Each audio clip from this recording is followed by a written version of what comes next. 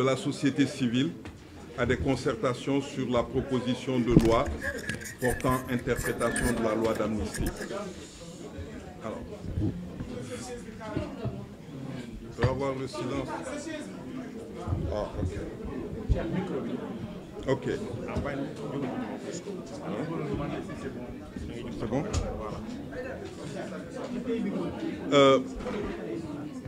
20 organisations de la société civile se sont mobilisées pour réitérer leur appel à des concertations inclusives avant le vote de la proposition de loi portant interprétation de la loi d'amnistie, tendant à lutter contre l'impunité, à encourager l'indemnisation des victimes et à favoriser la réparation des préjudices dans le respect des droits des citoyens.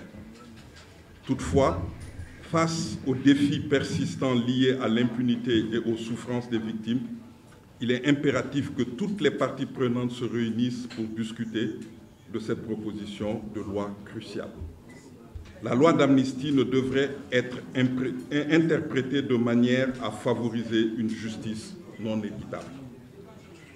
Ainsi, la société civile plaide pour le respect des principes ci-après. 1. La recherche de la vérité, parce qu'il est important que la lumière soit faite sur ce qui s'est passé entre 2021 et 2023. 2. La lutte contre l'impunité, parce qu'il est essentiel que ceux qui ont commis des violations des droits de l'homme soient tenus responsables de leurs actes sans aucune distinction et quels qu'en soient les auteurs. 3. L'indemnisation des victimes. La réparation intégrale des préjudices doit être une priorité.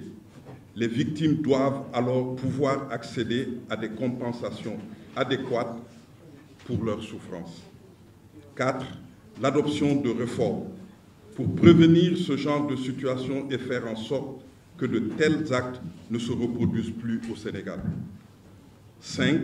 La participation inclusive, car nous appelons à la création d'un espace où les voix des victimes, des organisations de la société civile et d'autres acteurs sociaux sont écoutées et prises en compte. 5. Le surseoir à l'examen de la proposition de loi interprétative, car nous appelons au respect du principe de la justice équitable et impartiale. Par conséquent, les 20 organisations de la société civile invitent le gouvernement, les parlementaires et toutes les parties prenantes concernées à engager un dialogue constructif sur cette question cruciale. Bien évidemment, les concertations doivent être transparentes et accessibles, permettant à chaque citoyen d'exprimer ses préoccupations et ses suggestions.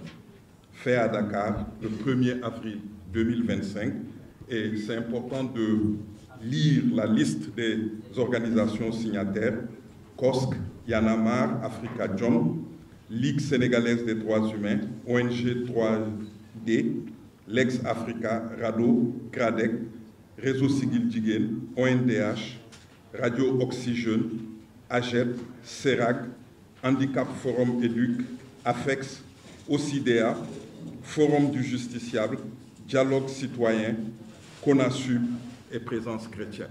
Je vous remercie. Vous vous présentez? Je m'appelle Ibrahima Kane.